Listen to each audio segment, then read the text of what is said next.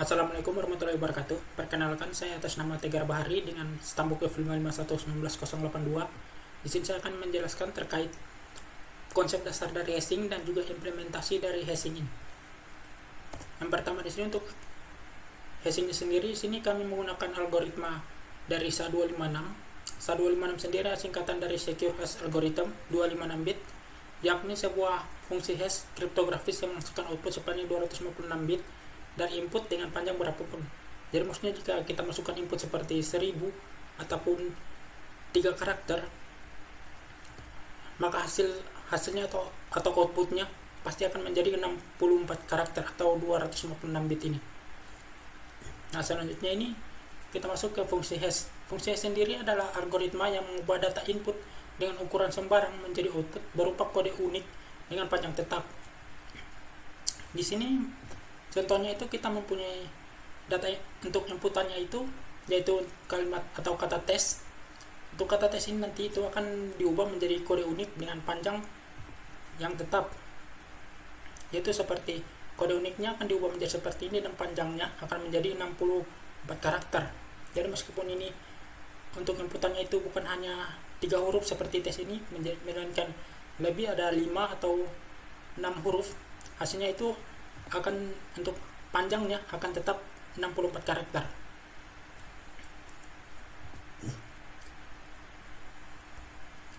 Untuk yang selanjutnya kita masuk ke sifat-sifat hashing. Yang pertama ini ada deterministik, kedua ada one way, dan ketiga itu ada collision resistance. Yang pertama sini ada deterministik atau input yang sama selalu menghasilkan output hash yang sama. Jadi maksudnya sini jika kita itu memasukkan, contohnya itu jika kita memasukkan inputan tes, hasil outputnya atau ya hasil outputnya itu akan tetap menjadi seperti ini. Jadi selama inputannya tidak berubah, hasilnya akan tetap sama. Selanjutnya sini kita masuk ke one way atau pesan yang sudah diubah tidak dapat dikembalikan.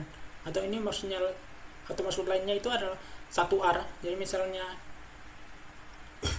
kita ada inputan tes yang kemudian kita hashing, hasilnya akan menjadi seperti ini.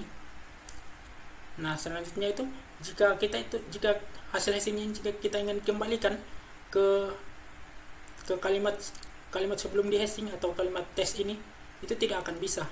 Jadi meskipun hasil hash ini kita hash kembali, dia tidak akan menjadi kalimat tes, melainkan akan menjadi kalimat yang berbeda, menjadi kalimat atau kode unik yang lain, atau seperti ini contohnya.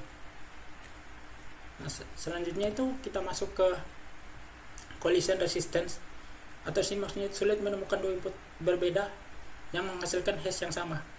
Nah, contohnya di sini jika kita tuh ada inputan tes dan jika kita itu contohnya ada dua inputan ini, hasilnya itu akan sama. Ini sangatlah sulit untuk ditemukan. Terlebih lagi itu jika kita itu menggunakan algoritma SHA-256. Meskipun sulit, ini bukan berarti mustahil. Hal ini itu dikarenakan contohnya itu ada di algoritma SHA-256, untuk hasil outputnya itu terbatas pada 64 karakter saja. Sedangkan untuk inputannya itu bisa saja itu menjadi tidak terbatas.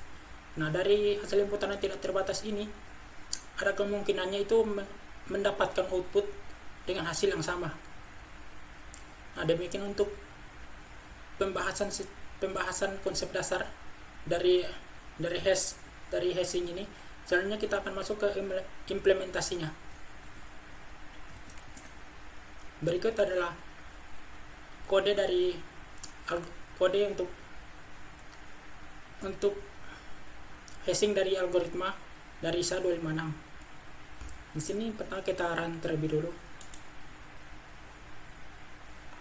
Nah, berikut adalah hasil dari untuk kode ini.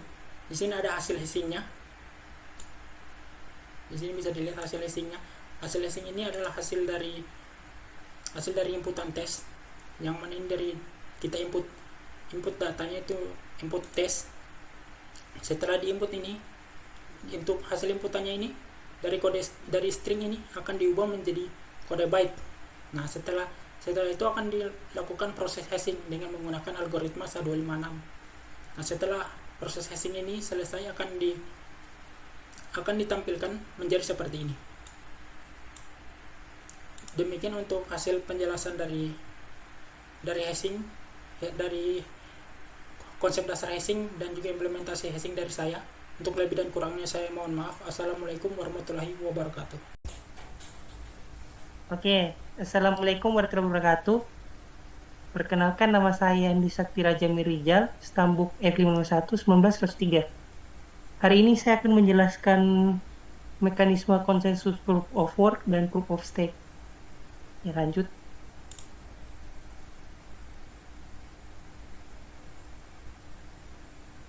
Nah, sebelum itu saya akan menjelaskan konsensus. Konsensus yang dimaksud di teknologi blockchain itu adalah perjanjian atau sebuah syarat. Nah, jadi dalam konteks ini kita akan menjelaskan sebuah syarat untuk menjelaskan sebuah blockchain. Nah, di sini saya akan menjelaskan konsep mekanisme konsensus proof of work. Proof of work adalah mekanisme konsensus yang digunakan dalam sistem blockchain seperti Bitcoin untuk memastikan kemenangan jaringan dan validitas transaksi tanpa perlu pihak ketiga seperti bank.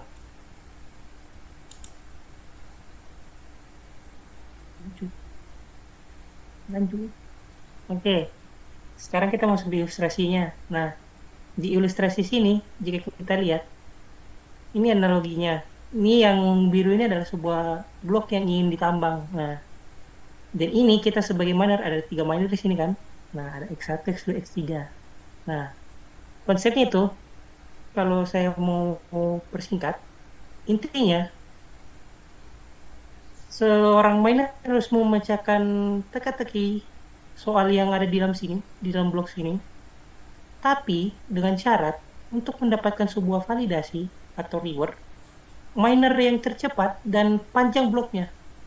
Siapa yang cepat dan bloknya panjang, maka dia akan mendapatkan reward. Nah, jika yang kedua yang bakal mendapatkan reward, berarti kedua dinyatakan kerjanya benar. Jadi yang lain itu salah. Karena di sini sistem ini berlomba-lomba. Seperti itulah. Tidak paham lagi, kita ke ilustrasi selanjutnya. Nah, saya kasih contoh lagi ya. Misalnya di sini ada 3 miner. Nah, kita di sini kan pakai blok 100 lah misalnya. Inilah gambar 3 minernya ini. Nah, dari 3 miner ini ternyata yang berlomba, yang divalidasi adalah cuma miner 1. Karena panjang bloknya lebih panjang dibandingkan kedua miner tersebut. Jadi dia akan mendapatkan reward. Ya, seperti itulah proof of work cara kerjanya. Lanjut. Kita akan lanjut ke kelebihan dan kekurangan.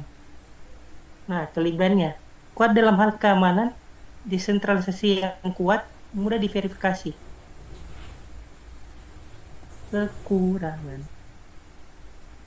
Kekurangannya mahalnya peralatan hardware udah pasti, dan boros energi lah. Lanjut.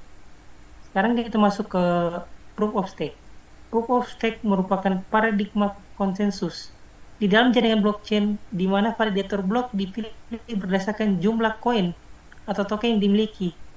Dibandingkan dengan proof of work, proof of stake menawarkan pendekatan yang lebih efisien dan ramah lingkungan. Sebelum itu saya akan menjelaskan untuk sebelum ke kelebihan kekurangannya, saya akan menjelaskan mekanisme konsensusnya dulu ya. Mekanisme konsensusnya itu analoginya ibaratkan seperti seorang guru ingin memilih seorang ketua kelas. Seorang guru ini adalah validator. Nah, nanti ada syarat. Nah, syarat itu ada 2. Dari dinilai untuk pemilihan ketua kelas ada kehadiran dan keaktifan mahasiswa. Nah, kehadiran itu kita anggap sebagai jumlah staking dari koinnya. Berarti jumlahnya stake yang koin yang kita stake. Dan keaktifan itu adalah lama stakingnya koin itu. Berapa lama sudah kita staking tuh koin. Nah, seperti itu. Dan nanti setelah dinilai, validatornya itu akan menilai. Jadi dan memilih, dan ini yang uniknya, dia tuh random. validator untuk memilihnya itu. Ya, seperti itulah. Kita akan masuk ke kelebihan dan kekurangan. Kelebihan, hemat energi, transaksi lebih cepat, biaya partisipasi rendah, keamanan tinggi. Lanjut, kekurangan, potensi sentralisasi. Validator besar bisa menguasai sebagian proses validasi.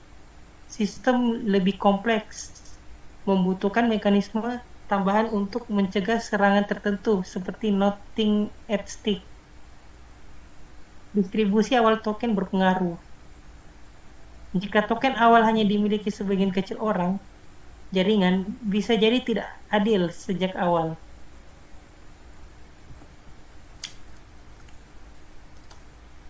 Ya, sekian presentasi saya. Presentasi saya akan dilanjutkan oleh rekan saya. Baik, Assalamualaikum warahmatullahi wabarakatuh dan selamat siang.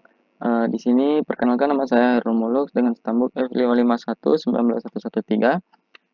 Saya akan menjelaskan mengenai perbandingan kedua mekanisme konsensus. Itu ada proof of work dan proof of stake. Di mana di bagian keamanan, proof of work itu lebih sangat aman dan membutuhkan serangan 51% daya komputasi yang sangat mahal. Sedangkan untuk proof of stake, dia hanya sekelas aman karena membutuhkan serangan 51% dari total aset yang dipertaruhkan. Nah, untuk konsumsi energi proof of work mengonsumsi lebih tinggi energi dibandingkan proof of stake. Dikarenakan proof of work itu membutuhkan komputasi yang sangat banyak. Nah, sedangkan proof of stake itu hanya membutuhkan komputasi yang sedikit. Selanjutnya yaitu bagian desentralisasi. Kalau untuk proof of work cenderung tersentralisasi pada mining pool besar karena butuh hardware yang mahal.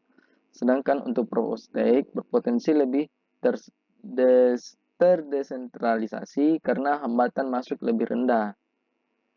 Nah, sedangkan untuk skalabilitas untuk proof of work itu rendah. Waktu pembuatan blok pun relatif lambat. Sedangkan untuk proof of stake umumnya lebih cepat dan skalabel. Nah, dan selanjutnya itu persyaratan. Untuk proof of work persyaratannya itu perangkat keras khusus dengan daya komputasi tinggi. Sedangkan untuk proof of stake modal koin asli dari jaringan untuk dipertaruhkan sebagai jaminan. Nah, itu saja mungkin untuk perbandingan kedua mekanisme konsensus. Selanjutnya yaitu kesimpulan. Nah, dari penjelasan yang telah dijelaskan oleh teman-teman saya, adapun kesimpulannya yaitu hashing dan mekanisme konsensus adalah dua teknologi fundamental yang tidak terpisahkan dari blockchain. Hashing menjamin integritas dan kekekalan data dengan menciptakan sidik jari kriptografis untuk setiap blok yang terhubung dalam rantai. Di sisi lain, mekanisme konsensus seperti proof of work dan proof of stake menyediakan aturan main agar jaringan terdesentralisasi dapat mencapai kesepakatan mengenai transaksi mana yang sah. Pemilihan antara proof of work dan proof of stake melibatkan pertimbangan mendalam antara keamanan, efisiensi energi, tingkat desentralisasi, dan skalabilitas. Keduanya terus berkembang dan menjadi dasar bagi inovasi sistem keuangan dan aplikasi terdesentralisasi di masa depan. Sekian dari kelompok kami, lebih dan kurangnya mohon dimaafkan. Wabillahi taufiq wal hidayah. Wassalamualaikum warahmatullahi wabarakatuh.